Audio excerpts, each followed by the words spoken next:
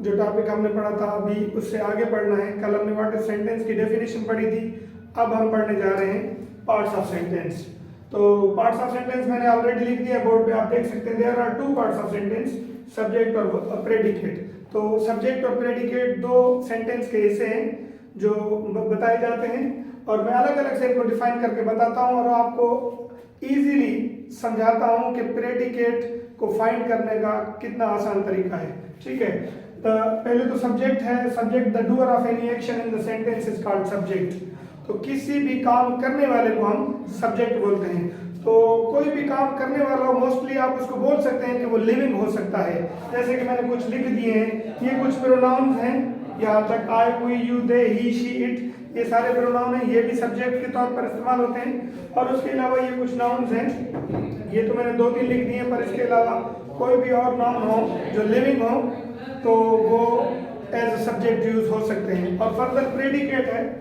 Predicate के बारे में बताया जाता है कि it gives information about the subject. Predicate जो भी हो वो सब्जेक्ट के मुतालिक हमें नॉलेज देगा कि सब्जेक्ट का काम क्या है। तो आप बोल सकते हैं कि एक कंप्लीट सेंटेंस जो है वो मुश्तमिल होता है सब्जेक्ट, वर्ब और ऑब्जेक्ट पर।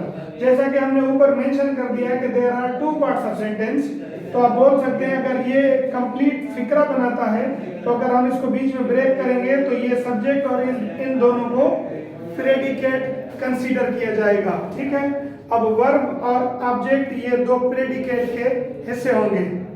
तो वर्ब अलग से बताता है कि सब्जेक्ट का एक्शन क्या है, और ऑब्जेक्ट अलग से बताता है कि सब्जेक्ट किस पर काम कर रहा है। अब जो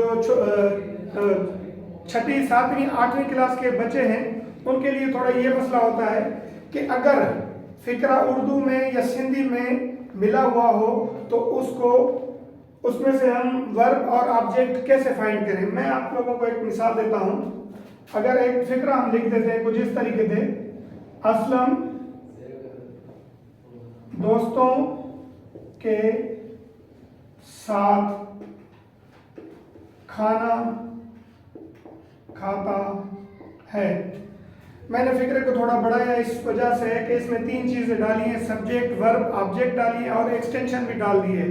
वो इस वजह से कि ताकि आप लोगों को पहचानने में आसानी हो कि सब्जेक्ट कैसे ढूंढा जाता है, वर्ब और ऑब्जेक्ट कैसे ढूंढे जाते हैं। तो सबसे पहले सब्जेक्ट, जैसे हमने ऊपर लिखा हुआ है कि डूअर ऑफ एनी एक्शन, मतलब कोई काम करने वाला, कोई लिविंग चीज हो तो वो सब्जेक्ट है। जैसे इस सेंटेंस में लिविंग चीज है असलम, तो ये हमारा हो गया सब्जेक्ट। अब दूसरे नंबर पर हमें फाइंड करना है वर्ब कौन सा है। तो ये एक सिंपल मैं फार्मूला बता रहा हूं, इसमें जितने भी वर्ड्स लिखे हुए हैं उनमें आप अलग से ना ये ऐड करके देखें। अगर ऐड हो जाता है तो वो वर्ब होगा, अगर नहीं होता तो वो वर्ब नहीं होगा। अभी आप इन सब के साथ ऐड करेंगे तो आखिर में ये जो खाता है इसके साथ ऐड करेंगे तो खाना बन जाएगा। तो ये खाना एज अ एक्शन वर्ब है। ठीक है, अब हमारे पास जब दो चीजें मिल जाती हैं, असलम खाता है, अब हमारे पास ये 2 चीजें मिल गई हैं। उसके बाद ऑब्जेक्ट ढूंढना है, तो आप माइंड में एक सवाल बनाएं, असलम क्या खाता है, तो आपको जवाब मिल जाएगा। इसी फिक्रे में देख लें, असलम क्या खाता है, असलम खाना खाता है, तो ये खाना हमारा ऑब्जेक्ट बन जाएगा। तो हमें तीसरी चीज भी मिल जाएगी। तो हम तरतीब से ही सब्जेक्ट, वर्ब और ऑब्जेक्ट रख के एक कंप्लीट फिक्रा बना सकते हैं। अगर इसमें कोई भी सवाल हो तो आप मुझसे पूछ सकते हैं। अगर मेरी डिस्क्रिप्शन अच्छी लगी हो तो कमेंट करके मुझे बता दें, और मेरे YouTube वाले चैनल ग्रामर विद राजा को सब्सक्राइब कर दें।